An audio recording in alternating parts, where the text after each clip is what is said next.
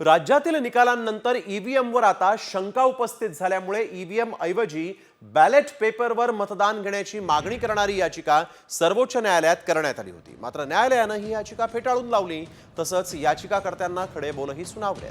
विधानसभा निवडणुकांनंतर दाखल करण्यात आलेल्या या याचिकेवर सुनावणी करताना पुन्हा बॅलेट पेपरवर निवडणुका घेण्यास सुप्रीम कोर्टाने स्पष्ट शब्दात नकार दिला आहे। ईव्हीएमला विरोध करणारी याचिका सुप्रीम कोर्टाने फेटाळली। तसंच जिंकलं की तुम्हाला ईव्हीएम चांगले वाटतात आणि निवडणूक हरलं की तुम्हाला ईव्हीएम मध्ये छेडछाड दिसते अशा शब्दात सुप्रीम कोर्टाने याचिकाकर्त्यांना झापलेलं आहे।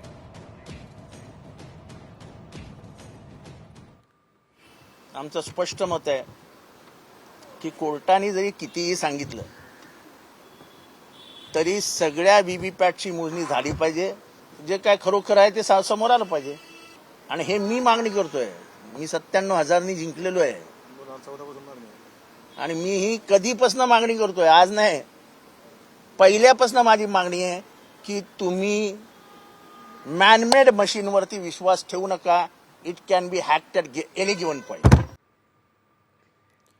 तर मतपत्रिका नाही, ईव्हीएम वरच निवडणुका, सुप्रीम कोर्टाने स्पष्ट केलेलं आहे।